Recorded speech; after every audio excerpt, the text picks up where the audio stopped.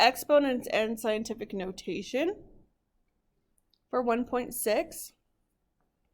So properties of exponents, scientific notation, decimal notation, computations, and applied problems.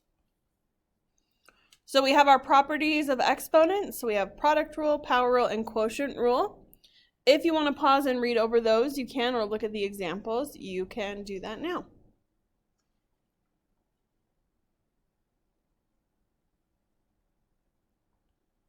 All right, then we have the zero exponent rule. So if b is any real number other than 0, b to the 0 equals 1. So all of these will be 1, because anything to the 0 power is going to be that 1. That's what that zero exponent rule means.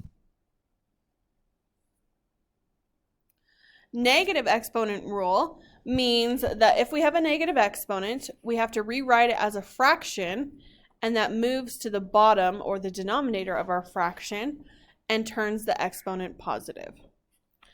So for this one, we have 8 to the negative 2 power. So we're going to write 1 over 8 to the second. So it changes the sign of your exponent back to positive.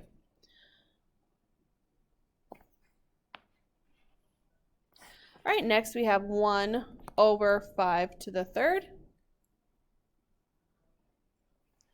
And then 1 over 7 to the first, which is just 1 over 7. Now you can evaluate these. So 1 over 64, because 8 times 8 is 64. And then 1 over 125, because that's to the third power. Now 1 over 7 doesn't go to anything, so it just stays that 1 over 7. All right, powers of 10. So we notice that for a positive exponent, it tells you how many zeros follow the 1. For example, 10 to the 9th power is a 1 followed by 9 zeros. A negative exponent tells you how many places there are to the right of the decimal point. For example, 10 to the negative 9 has 9 decimal places to the right of the decimal point. So 1, 2, 3, 4, 5, 6, 7, 8, 9. So it just moves that over 9. And there technically is that 0 there, that 10. But you don't really include it because it won't round that 1 up any number. All right, scientific notation. So a positive number is written in scientific notation when it is expressed in the form a times 10 to the n, where a is a number greater than or equal to 1 and less than 10. So 1 is less than or equal to a, less than 10. And n is an integer. So if n is positive, you move the decimal point in a to the right n places. If n is negative, you move the decimal point a to the left n places. All right, so our next example is converting from scientific to decimal notation. So we want to move the decimal to the right because it's positive for that first one. So we want to move it 10 places. Okay, so you have 1, 3, 7, 5. So that's 1, 2, 3, 4, 5, 6, 7, 8, 9, 10. So from here to here should be 10. So 1, 2, 3, 4, 5, 6, 7, 8, 9, 10. So that's a really big number. I don't think it will have you enter the commas on your program. You can just enter it as that whole big number. All right, next we're moving the 1.1 to the left. So 1, 1. So that's 1, 2, 3, 4. and then you put a 0 in front of it. So it was here, and then we moved it to here. So that's that 4 to the left. All right, converting decimal to scientific. So you would write the number a times 10 to the n power. So we need to determine a, and then the numerical factor, and move the decimal point in the given number to obtain a number greater than 10 or equal to 1 and less than 10. Determine n, the exponent on 10n, is the absolute value of n is the number of places the decimal point was moved. So the exponent n is positive if the given number is greater than 10 and negative if the given number is between 0 and 1.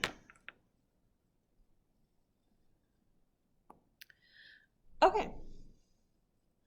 So we want to move it over. So we're going to, since it's bigger than 1, we're going to be moving it over to the right. I mean, in the opposite direction. So we're going to be moving and then putting a decimal here. So 4.6 times 10, and we count how far we moved. So 1, 2, 3, 4, 5, 6. So 10 to the 6th power, because we moved 6 places from the 0. All right, this one we're less than 1, so that means we're moving in this direction. But remember, we want it less than 10, so we're going to move it in between the 2 and the 3. So it would be 2.3 times 10, and then it's less than 1, so it's going to be negative. And then we moved 1, 2, 3, 4, 5 places. Okay, so if it's a decimal, it will be negative. If it's a big number, it will be positive. So with lots of commas and stuff like that, it's going to be that positive exponent. All right, computations with scientific notation. So when you multiply, when it's the same base, so it has to be the same base, you add the exponents. And then you'll multiply your a and your b. So we can't times it by 10 because that's the place value for your decimals or your commas. So you're not multiplying by 10.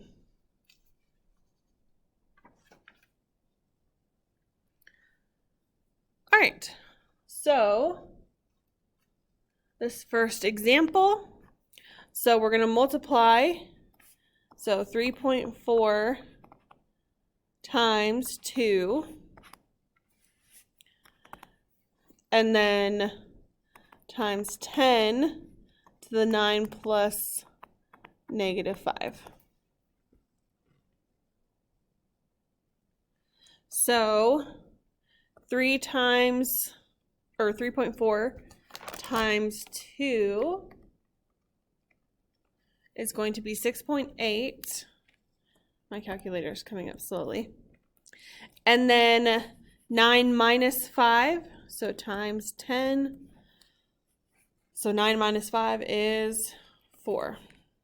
So that equals 4 on there.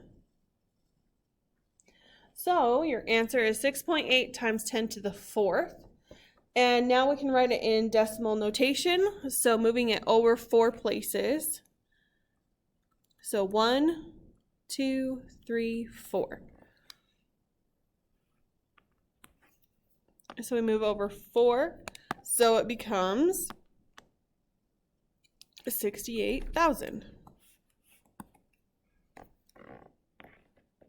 You can do them in your calculator. So 6.8 times 10 to the 4th. And you can get that. But be careful, sometimes it will keep that in that scientific notation. So just be careful when you're entering it, you know how to change back and forth between the forms. All right, when we have division, we're going to subtract the exponents, and then we keep A and B together in that fraction format. And then remember, with your exponents, it's always the top minus the bottom. Okay, so always remember top goes first. All right, so this one, it separated it out for us. So 8.4 and 4 are our A and our B. And then this is our N and our M. Because remember, it's N minus M for our exponent. So we can do 8.4 divided by 4. So we get 2.1 times 10. And we have -7 minus a -4. So it'd be 2.1 times 10 to the -7 plus 4, which would be -3.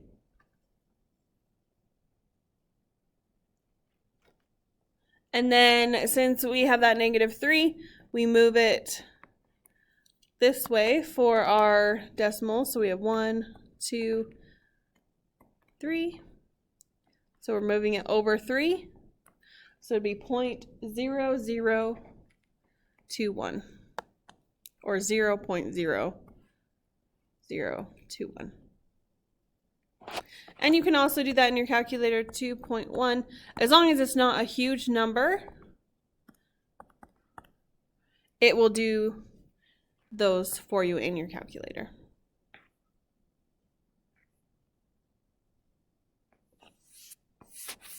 All right, and our last example, so it's the national debt from 2016.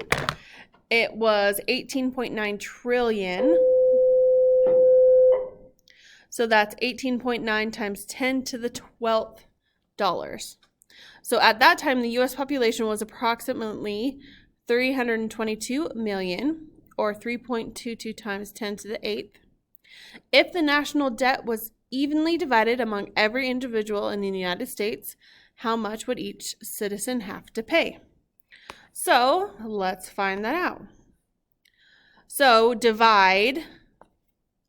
So that's going to be our divide. So it's set up for us. So remember, we multiply and then we're going to subtract. And that was supposed to be a 12. I don't know why they put an 8 there. Okay. So 18.9 over 3.22. So we get 5.86. Let's see. Oh, it's going to round. So we want to round to 2 decimal places. So 5.87. So 5.87 times 10 to the 12 minus 8. So 5.87 times 10 to the 4th. So that means we're moving over 4 decimal places. So 1, 2, 3, 4. So each citizen will have to pay $58,000 or $58,700. That's a lot of money. So good thing that we don't have to pay that. Otherwise, that would be a lot for every single person in the United States to have to come up with. All right, let me know if you have any questions and go work on your assignment.